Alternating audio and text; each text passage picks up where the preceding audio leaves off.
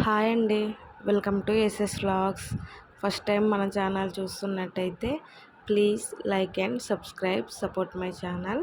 ఈరోజు వీడియో వచ్చేసి egg masala gravy.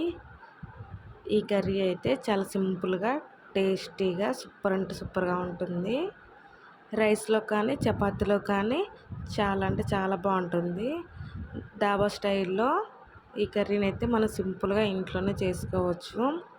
దీనికి కావాల్సిన ఇంగ్రీడియంట్స్ కూడా చాలా తక్కువ అంటే తక్కువగా పడతాయి.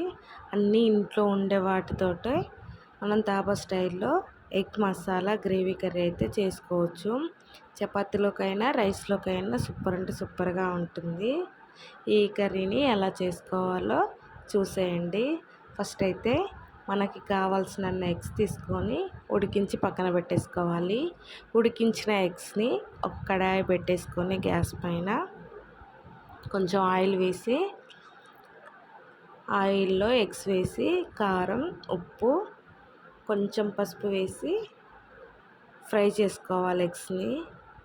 ఎగ్స్ని ఫ్రై చేసుకున్నాక ఆయిల్ ఉంది కదా, అదే ఆయిల్లో ఇంకా కొంచెం ఆయిల్ వేసి మసాలా దినుసులన్నీ వేసేసి చిన్నగా తరిగిన ఆనియన్స్ని కూడా ఎందులో వేసి ఫ్రై చేసుకోవాలి.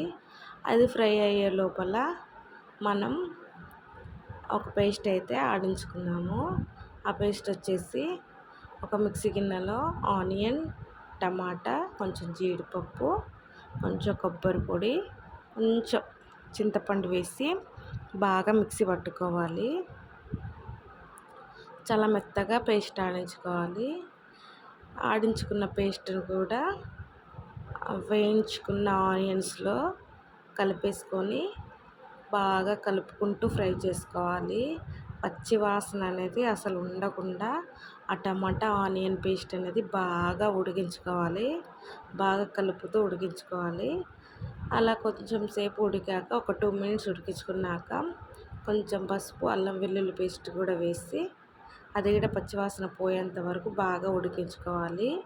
ఆయిల్ అనేది పైకి వచ్చేంత వరకు బాగా కలుపుతూ ఉడికించుకోవాలి. బాగా ఉడికాక అందులోనే కొంచెం ఉప్పు, కారం వేసి అది కూడా పచ్చివాసన పోయేంత వరకు బాగా కలుపుతూ ఉడికించుకోవాలి. మనం ఈ టమాటా పేస్ట్ని ఎంతగా ఉడికిస్తామో కూర అంత టేస్ట్ వచ్చిద్ది. గ్రేవీ కూడా అంత థిక్నెస్గా ఉండిద్ది, బాగుంటుంది. మనం బాగా ఈ స్మెల్ లేకుండా టమాటా ఆనియన్ పేస్ట్ అనేది స్మెల్ లేకుండా బాగా ఉడికించుకోవాలి. అది కలుపుతూ ఉడికించుకోవాలి అడుగంటకుండా. బాగా కలుపుతూ ఉడికించుకున్నాక అందులోనే కొంచెం ధనియా పౌడరు, కొంచెం గరం మసాలా వేసి కూడా బాగా కలిపేసుకోవాలి.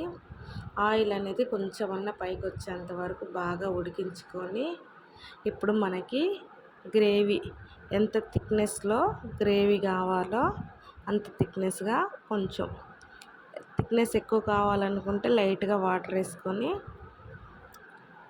బాగా ఉడికించుకోవాలి. బాగా ఉడికించుకొని అందులో ఎగ్స్ వేసుకొని మనకి థిక్నెస్ అయితే సరిపోయిద్ది.